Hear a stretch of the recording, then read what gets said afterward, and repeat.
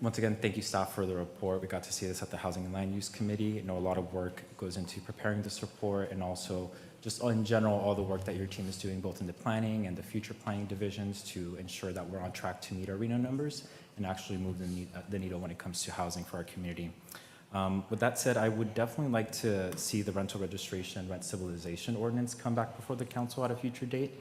I myself am a renter, and I deeply emphasize with the struggles other renters face due to rising housing costs. But I also recognize that these ordinances, while well-intended, are highly restrictive and do not address the root issue, which we have all heard today, which is a severe lack of housing supply. Rent stabilization policies do not reduce rents. Rather, they create an environment that discourages investment and development, deterring the very businesses and housing providers that we need to build a thriving, sustainable future in Salinas. If we're serious about making Salinas the best city and the best place in California to do business, we have to shift the narrative from restriction to opportunity. Instead of policies that could stifle growth, I would like to explore more effective tools for preventing displacement, such as a community opportunity to purchase ordinance or a tenant opportunity to purchase ordinance. These policies empower tenants and community organizations while still encouraging responsible development. Additionally, I would support the city adopting enforcement and powers for existing tenant protections while deferring to the state on rental increase and tenant harassment regulations. The reality, as we've all seen today, is pretty stark. Of the 226 building permits issued, only 5 were for non-ADU related housing. This does not move the needle on housing. If we want to meaningfully address housing affordability, we know what we need to do. We need to be more proactive and intentional about future development and redevelopment of existing properties. That means prioritizing policies that increase the housing supply, that attract investment, and that create a healthy rental market rather than discouraging it. There is a tied dollar amount to this program, around $800,000 as we heard tonight. We could be using those funds for other tenant protection and tenant supporting programs, like an emergency rental assistance program. We could also be using those funds for security deposit rental assistance program, right? So there's other opportunities to support our tenants that aren't completely restrictive on our landlords and the business environment in our community. Thank you. Okay, thank you, Jose. Margaret. Okay. I do think the report that you guys gave us tonight was very insightful and optimistic. So I appreciate you sharing those numbers. I think we can see that there is progress being made. It's never as fast as we want it to be, but there's a plan, and that makes me feel really good. I do want to address the one section on the rent stabilization and rental registry. I have some deep concerns about it. I was concerned when it was voted in last September. I think there's lots of areas in there that are flawed and need to be looked at differently. I think we all know that housing is an important element here. We need more housing, and I think you guys have a plan to put that into place, but I don't think this is going to really help that move in the right direction. I think we all know there's good tenants and good landlords, and there's bad tenants and bad landlords. That just happens in communities. But I think you've heard from a lot of people here that they do spend a lot of money taking care of their properties, and those are their investments. Sometimes they're family legacy projects that they care about deeply, and we cannot ignore that and force them to sell them or continue to raise rents, which clearly they don't want to do. I'm also concerned about the city's priorities. I know we have a lot of really big projects right now coming at us, sewer, wastewater, infrastructure, a lot of challenges which are going to be costly in terms of staff and resources. And I don't know that it's the best investment of the city's time in kind of overseeing and monitoring and enforcing people's private investments. So I question that. I guess, I would support repealing the ordinance going forward, but I know there are steps that we have to take. So I believe step one is for me to request the city manager and city staff to bring more ideas back to us in the very near future as quickly as humanly possible, and then we can step and move forward. I agree that tenants and landlords should be working together. We are one community, we're one city, and there's got to be something that's going to work for all of us collectively.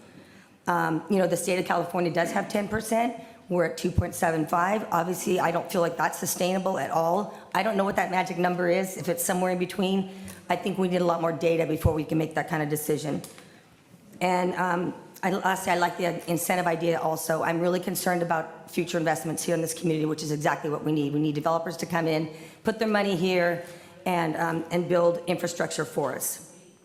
So I would like us to move forward to design an ordinance that is equitable to all parties involved.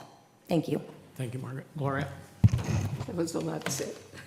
Well, I agree with you, Margaret, and I agree with Councilmember Barajas that we need to bring it back. And just like you said right now, we need to work with the tenants and the property owners because we are a community.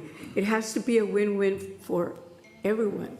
And I have to say that a lot of community members could not show up either, that are property owners that worked in the fields to earn hardworking money to invest in rentals. There's a lot of people that have property here that are Latinos, Asians, hardworking money that worked in the fields, and they invested in properties, and now they have rentals. They're not here tonight. So why? I don't know. But we need to reach out to all the population of our city. So again, I echo that we need to bring it back, work together, and make it work for everyone.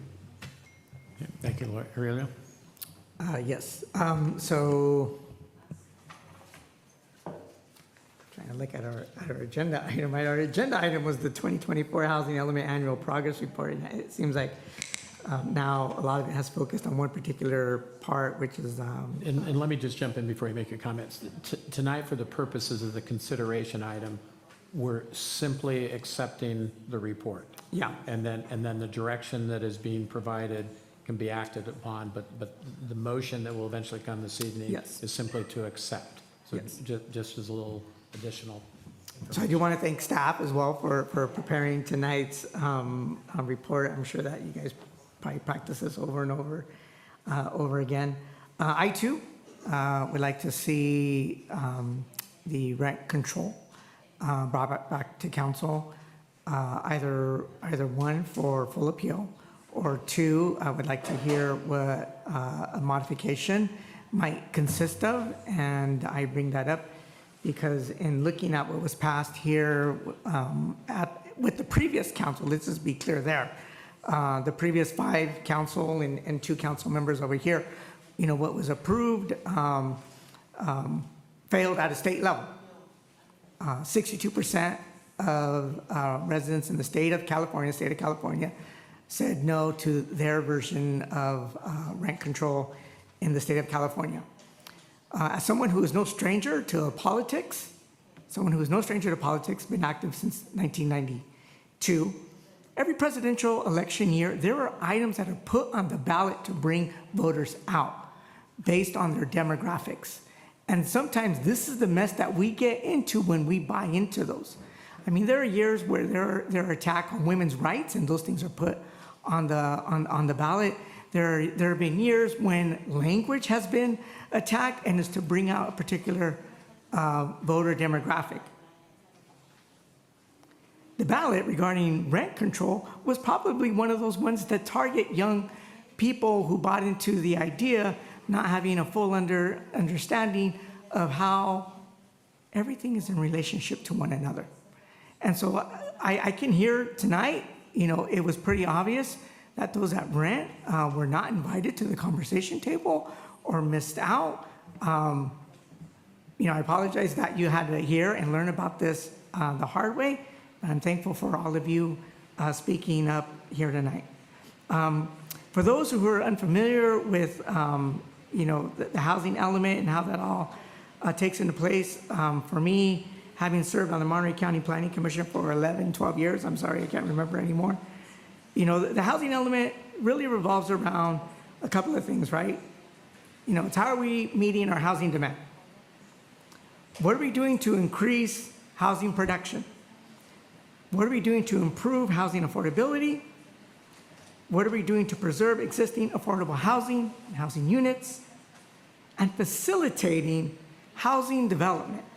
So tonight, when I heard staff's development, again, I'm trying to process this, and as someone who sat on the U.S. Complete Census for 30 years, I'm going to age myself, and you heard me tonight say, our population growth, according to the census, between 2010 and 2020, in the city of Salinas, the population growth has grown by 10,000, little bit over 10,100. I often reflect and think back to my grandparents' generations and my aunts and my uncles, who would always talk about the Okies that came and moved over, right? So that question that I had tonight was, where is this population coming from? Is it the Silicon Valley people coming into our city, right? Because a long time ago, there was that old argument, right? Like the Okies are coming in. Some of you know, we do have a growing population of Oaxaqueños in here. As someone who has been keeping an eye on the population growth in the county of San Benito, and as someone who's keeping an eye on the population growth in Santa Clara County, I've noticed even a growing population of people from India, right? And even when I was in graduate school, I did notice that was a large number of students from India coming to the United States. So these are things that I take into consideration when thinking about these larger issues. Coming up is our strategic plan, right? It's the guiding document for our city manager to direct our city department heads in terms of where we're going to go. And for me, it's very clear that that needs to move in the direction around housing and probably facilitating housing development, which it seems like there's a shortage. That's no fault on the housing, folks, departments. That's not on you. What I worry about is scaring off housing developers. And for those that have been arguing, we need to lower rent, it's like, okay, here we are, we just chained everybody down, right, in rent control. And what does that do, right? It's gonna push people out. So we're creating this perfect storm for a housing crisis based on a romanticized argument, right? So we should not go there, and we should focus and direct our city manager in our next strategic plan that we need to really facilitate housing development, which we have property for. We need to make it happen. We need to make sure it gets streamlined. We need to make sure that we have the farm worker and workforce housing and make it happen. But we got to undo the mess that's been done, and I would like to see that come back. Thank you. Okay, thank you. You mean that works? I'll have to remember that. We're just appreciating when they do. All right. All right. Just a couple of quick thoughts. When I was the mayor the first time in 2008, we finally got the future growth area next to the city. Today, we still wait for those 12 to 14,000 units. To Councilmember Barajas's point, 226 units approved, 5 single dwelling homes. The simple fact is, this is an ag-based economy, and we are under the direct influence of a tech-based economy in the Bay Area. It is a structural mismatch any way you slice it. And so this issue of supply is absolutely critical. And I think as the numbers showed tonight and the percentages, it is absolutely critical that the housing that does come forward is the right mix. And I'm not going to belabor the point. I'm going to look for a motion to accept the report. But I like what, thank you, and then a second. Thank you. And then I'll just close with one additional comment. And I think we heard it alluded to, and Councilmember Barajas spoke to our better angels. Let's see if we can do better on this issue. But I think the cautionary tale we've heard is, if there is a problem, and we've heard there are, better we address it sooner rather than later. So I think the direction from council to bring the stabilization and registration piece back in front of council promptly, that's been laid out. But for tonight's purposes, we simply want to accept a report. And that we have a first and a second, and